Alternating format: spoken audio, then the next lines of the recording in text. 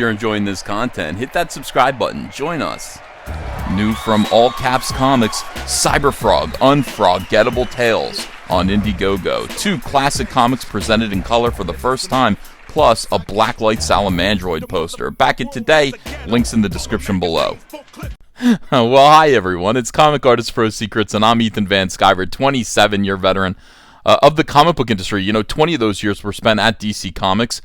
World's most charming, elegant, eloquent, and yet humble man. Great big Star Wars fan, trusted member of the media. Alright, DC Comics is in an existential struggle right now, trying to prove that it deserves to exist. They're trying to prove that to AT&T. Not really trying to prove it to you. That's you the consumer. Not sure that it matters. But AT&T, that is their number one and singular customer right now.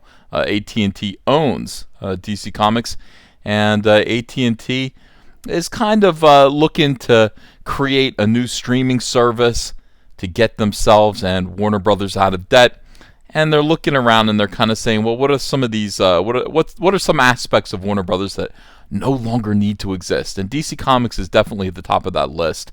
Not everyone feels preciously about comic books and their future, whether or not we should preserve them. I mean, I do. We do at Comicsgate. We think comic books are a unique American art form that deserve to exist forever. But to icy cold, gigantic corporations, not so.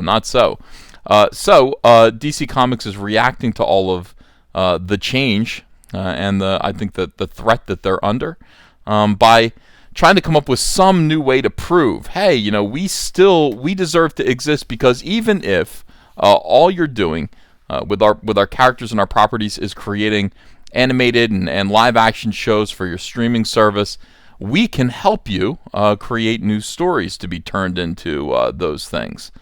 And this is not really that convincing of an argument in this day and age, since there's already 80 years worth of backlog worth of stories to mine, and we've already seen Hollywood is perfectly capable of coming up with their own Superman and Batman stories, independent mostly of what the comic book creators can provide. So DC Comics is in real trouble here.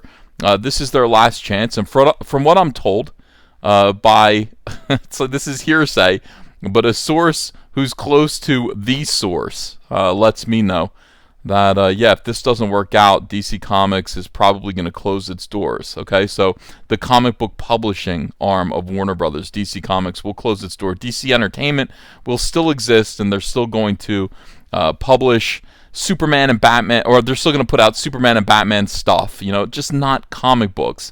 And if anybody wants to publish the Superman, Batman, Wonder Woman comic books, well, they can license them from DC Entertainment. So we might see companies like IDW, you're right, like they have any money left, and even Disney. I mean, Disney could actually license. How funny is that like there was a big squabble in the early 2000s between Dan DiDio and Joe Quesada, the two heads of Marvel and DC Comics. Joe Quesada actually did a newspaper interview in which he said that DC Comics was, quote, well, this isn't an exact quote, but this is pretty close, like a porno star with an enormous, that can't achieve arousal. They have characters like Superman, Batman, and Wonder Woman and don't know what to do with them. Now, this quote enraged Dan DiDio, enraged DC Comics. I remember Dan actually framed this and hung it on his wall. And he said, we will never work with Marvel Comics again. And that grudge has held true for 20 years. For nearly 20 years. Marvel and DC have not worked together and have not been there's no more distinguished competition. There's no friendly rivalry anymore. It's rather bitter.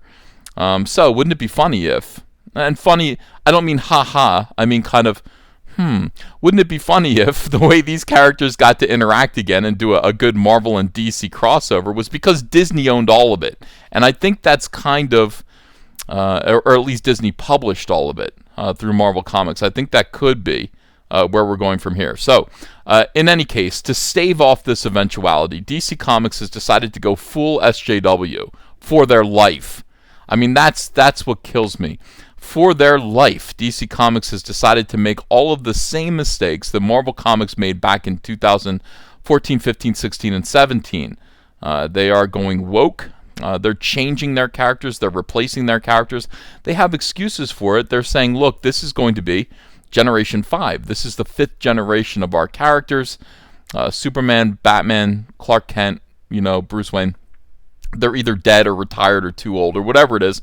And we're replacing them with these these like woke, diverse replacements. Batman is going to be replaced by Luke Fox, who used to be known as Batwing. He's a black man, so Batman is finally going to be black. Everyone's so excited about that.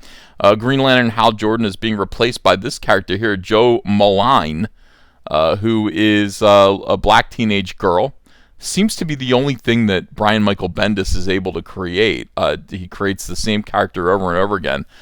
Super smart, sociopathic black teenage girl who is so smart that she was able to use her HP laptop computer to hack into Oa, to hack into the world where like the center of the universe, where the Guardians live and lay down the law for the Green Lantern Corps.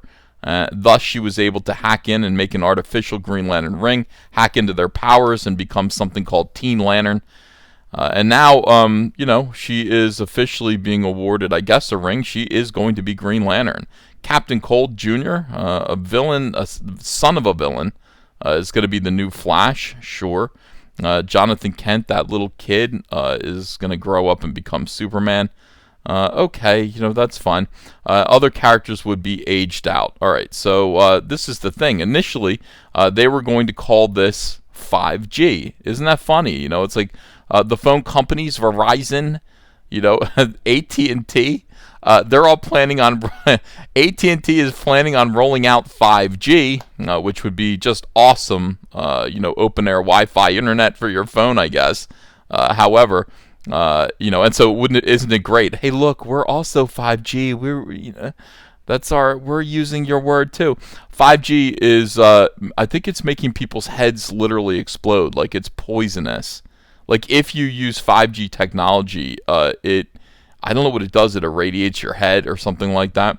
It is dangerous. People are saying this is dangerous technology. So, despite all this, or in spite of this, or in the midst of this, DC Comics is in flux. Editors are leaving because of this. Now, I'm not sure anymore. I'm not connected to what goes on day to day at DC Comics, and I'm not sure what these squabbles are about. But I will tell you that this is a rare thing when DC Comics announces one of these big new pushes towards a new kind of event horizon, as this were, and editorial can't get along, can't get on board. And are leaving the company over this. Everything's been in flux. Even now, not everything is nailed down. We have heard about the plan for Marie Javins to run a new Convergence-style event. Convergence was very strange. It was another... I like Dan DiDio, but Dan DiDio is obsessed with the historical minutia of the DC universe, and he wants to make it all make sense all the time. Every time we push forward, every time DC Comics pushes forward its agenda story-wise and makes changes like the New 52, it abandons things that happened in the past.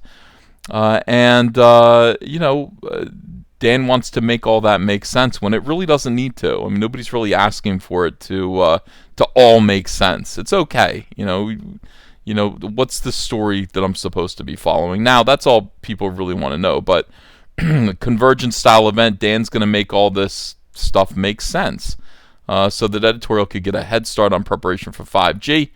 Bendis and his Wonder Comics team working on a crisis style. This is just a mess. This is a train wreck. I gotta say, I don't know how many people are keen to read all of this upheaval. I do believe people would like to kind of settle in and know that their characters and their stories aren't going to be uprooted, aren't going to be disbanded, aren't going to be shifted around all the time. Just let people settle into a storyline, like mostly we used to be able to do. John Byrne's brilliant Fantastic Four run in the 1980s lasted throughout most of that decade. and people could settle in and enjoy his 60-issue run. I think it was like a 60-issue run. Settle in and enjoy that. Why is there so much upheaval? Well, the answer is because unless they do these events, unless they constantly change things and demand attention for themselves, readers do get bored, and they tend to flake off and find other things to catch their eye.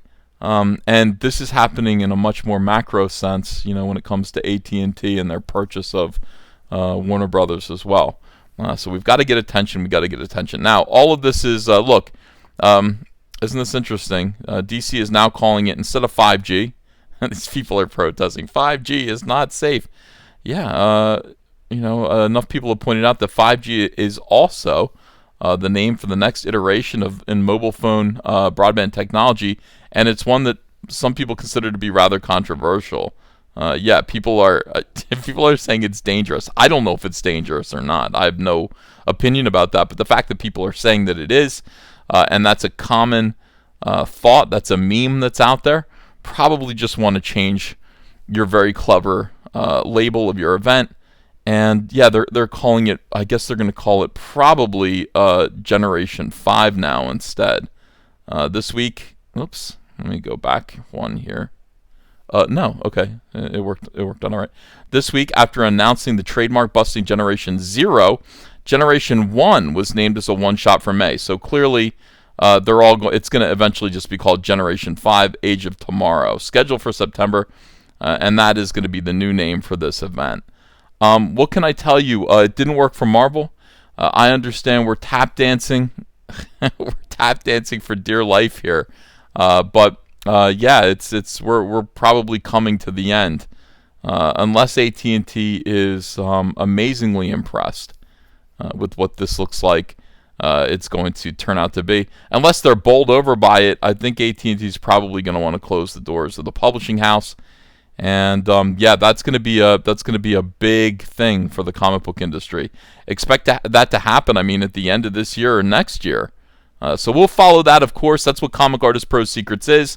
That's what we talk about. And I'm scared and fascinated, and I don't know. I feel sick to my stomach about the whole thing. I wish for the best for DC Comics. They were always good to me, but this is pretty catastrophic stuff. All right, thanks everybody. Thanks for watching. Let me know what you think of this. Do you think I'm overreacting to this? Do you think that this is going to all turn out to be okay? Let me know in the comments below. Also, please subscribe. Make sure that you're still subscribed to this channel. YouTube is unsubscribing people without their knowledge, and that sucks. That's not fair. So make sure to subscribe. And thank you guys for all of the sharing and interaction that you do with my videos. I'll see you again later with another video. Take good care. Bye. Hey, you want to follow me on Twitter? Are you sure? Well, if so, I'm at Ethan Van Sciver. That's at Ethan Van Sciver. See you there.